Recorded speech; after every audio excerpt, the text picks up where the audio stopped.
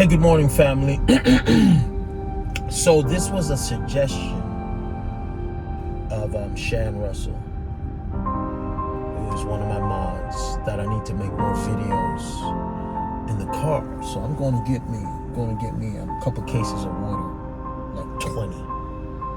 And so I decided to think about, I remember back in seminary I wrote a paper regarding the amount of churches. This was particularly about New York City. Per capita, New York City has the most churches in America. And so let me ask you this. With having the most churches in America, why is New York City? In 1,000 feet, turn right. Why is New York City one of the most lawless cities in America? Second question. So I live in Baltimore. I don't know what the demographics or the statistics for churches are, but just by me driving around, there are also a lot of churches here. Turn right on Windsor Mill Road. Why does this thing want to be quiet? Off. So, question is, in these cities, and I'm going to show you the correlation to how you vote, how it doesn't matter how many churches are in a particular city. There is no true conversion. And the gospel of Jesus Christ, although it seems like it's being preached, because of the principality that we've allowed to take control based on our vote, it makes it more difficult for people to get saved. So what are you saying, Ron? I'm saying, if we're not careful, we are going to be the reason why people go to hell. Here's why. So like I just said, New York City per capita has the most churches in America, yet it is one of the most liberal and lawless cities. I've lived there for most of my life. And as the progressive politicians get in power, it gets worse and worse. Now, we know about the migrant crisis. We know what's going on. We know about the billions of dollars that are being spent to take care of migrants, while natural-born citizens or naturalized citizens do not get the same level of service, right? So it doesn't matter how many churches are in a community. What matters most is what covering principality we give power to when we vote. Particularly, there's two states, New York and California, that if people didn't think it was outrageous, you would be able to have your kid try it out for 3 weeks. And if you don't like the experience of having this child or being responsible for taking care of this child, taking this child, I don't know what kind of facility they would set up, but you can destroy this child's life. It's called infanticide. So they want to extend abortion laws to 3 weeks after, or 18 days after the child has already exited the birth canal. Now, I don't care who you are. I don't care what you feel. I'm going to tell you Bible. Jesus said that if you do anything to a child, may a millstone be put around your neck and you dropped in the ocean.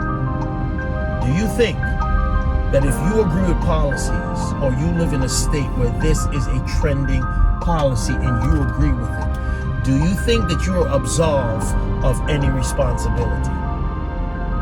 Was Herod absolved of killing all the babies? Was Pharaoh, looking for Moses, absolved for his edict that killed many Jewish children? No.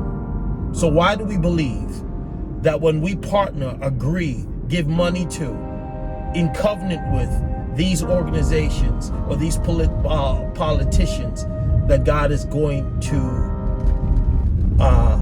give us a pass? Now, a lot of my friends, I love them dearly, this is their stance. And they will say, I am this, but I don't believe in this. That's a lie from the pit of hell. Anything that you put your signature on, anything that you agree to, you are responsible. It's like getting a loan. Or it's like co-signing for somebody, right? Anything you co-sign to, if that person defaults, you are responsible. So you can't say that I'm for this. I am in this group, but I don't agree with that. But yet still you put your money, your support behind these individuals and believe that on Judgment Day, God is not going to hold you accountable. Why am I saying this? Because that lets me know that there's a deficit of understanding of simple Bible principles.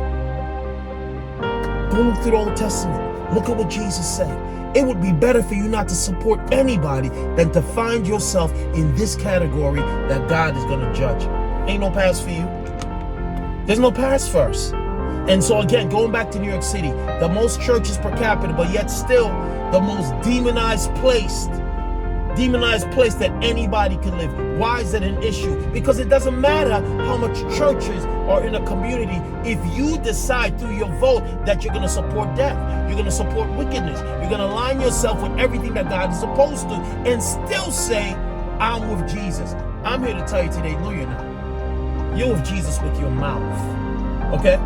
There's so many things I could say regarding this topic, and it saddens me because as believers, as a group of people say that with Christ, we don't believe his word, and we stand with everything that is in opposition because we're told to, because of narratives, because grandmama in them was this, so I'm this. No, right? The Bible says that we have to be conformed, right, in our mind. We have to have a new mind. We cannot be conformed to the world. So anything that you find yourself doing that is trending, popular, or based on your ethnicity, what you're supposed to do, and you agree with that, you're part of the problem. You are part of the reason why New York City has udding churches and the place is still hell. Because the overreaching power that is governing this place is not the Spirit of God, because we voted God out. We've told God we don't agree with him. We don't agree with his stance. And then when you hear people saying, I'm voting for Kamala, because she's black, you're more part of the problem. We voted for Obama, and all he did was usher in homosexuality and all kind of deceptive, disgraceful, as a believer, practices. He gave legs to love. No. If the Bible is telling us that certain types of love are dangerous, love can't be love. But let me tell you something I noticed, and I can't take any credit for this because I didn't say this. I think I'm going the wrong direction. I just messed up. I was supposed to get over 91. Can I still get over? I think I can. I'm going to just pull over right here and let everybody pass. And then I'm going to get back on the highway. And let me see if I can remember who said this so I can give them credit. He said, when it came to black folks, I hate to say this, it's Dr. Umar. I never agree with him or anything, but I'm going to give him credit for this. If George W. Bush was the one advancing homosexuality during his time in office, black folks would be up in arms. Most folks would be up in arms. So let me tell you what the enemy does. The enemy brings the policy on the legs of somebody that looks like us so we can accept it. But if it was George Bush, because we're so hyper conscious of race, we oppose it. But we find ourselves agreeing with wickedness because the wickedness comes in a package that makes us easy to accept it, like Obama, like Kamala Harris. Let me tell y'all something. If y'all think that Joe Biden was bad, wait until you see what Kamala Harris, right, who's a Hindu and Asian and has nothing to do with black, right, is going to bring into this country if we allow it, right? Vote policy. Vote your beliefs instead of voting party or people. Vote as close as you can get, or don't vote at all, because you don't want to be judged because you decided to do what everybody else is doing. That's the problem with the world today. We turn a blind eye and we just agree with what everybody else is doing. And God is waiting for somebody to stand up. So this is my rant this morning while I'm going to get 10 cases of water, right? And thanks to Shan, I did it. See you guys on the next one. I'm going to try to do this once a week. As a matter of fact, I got another video coming out I'm gonna try to edit it and put it up together today and release it in a couple days with us at the park flying drones. Y'all can see the foolishness that Apostle Stormy was acting out with, but I'm gonna let y'all see him acting the fool. And I'll see you guys on the next one.